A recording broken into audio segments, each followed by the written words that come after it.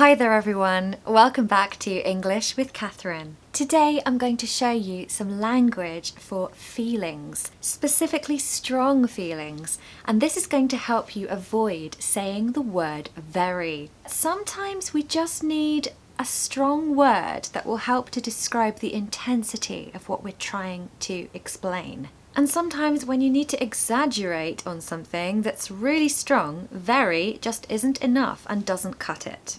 In English we say, it just doesn't cut the mustard. So I will show you some words and some idioms to describe basic human feelings like hunger and fear. And this will give you that feeling of satisfaction when you're talking because you really feel like you're being understood and the intensity is coming across. Because really the aim in learning English is to describe exactly how you feel, not something similar to how you feel. Number one is livid. Livid. Livid. This means very angry.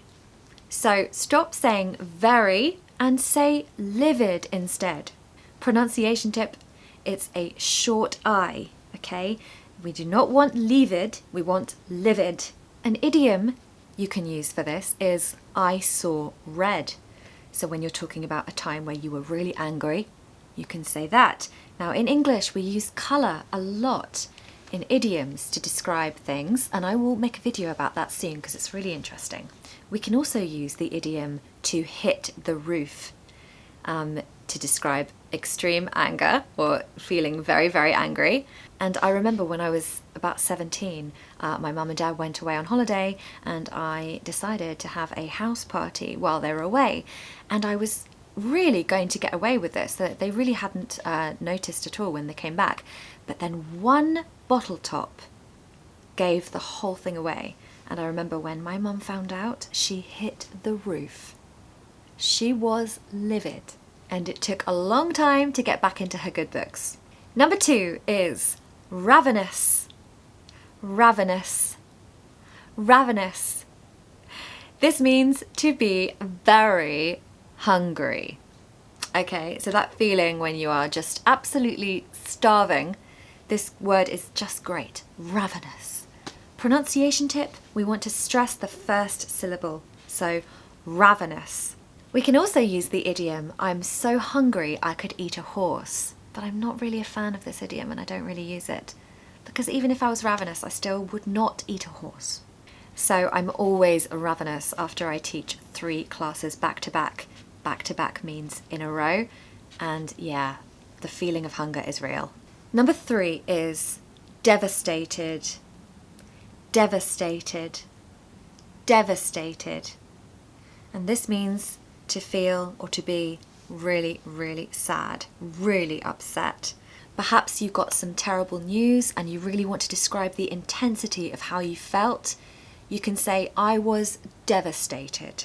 Pronunciation tip, I think the most useful thing to know about this word is there's a schwa in the middle. So make sure you say deva, deva, not deva. Devastated, devastated. We can also use the idiom my heart sank when you're maybe telling a story and you want to describe the moment that you found out some really terrible news or something really terrible and you were just so upset and sad. You can say my heart sank. So when I was about 15, I was completely devastated when my dog died. But on the same day, my mum took us to get baby guinea pigs. So that kind of helped to soften the blow. Number 4 is terrified. Terrified. Terrified. So this is a great word meaning really, really scared. And it's really useful for storytelling when you really want to describe the intensity of how you felt in the moment. Because very scared just isn't strong enough sometimes. We can also use the idiom, I was scared to death. I was scared to death. So I really hate rats. And one time I was absolutely terrified because I thought I saw a rat under the bed, but it actually turned out to be a hairbrush. Thank God.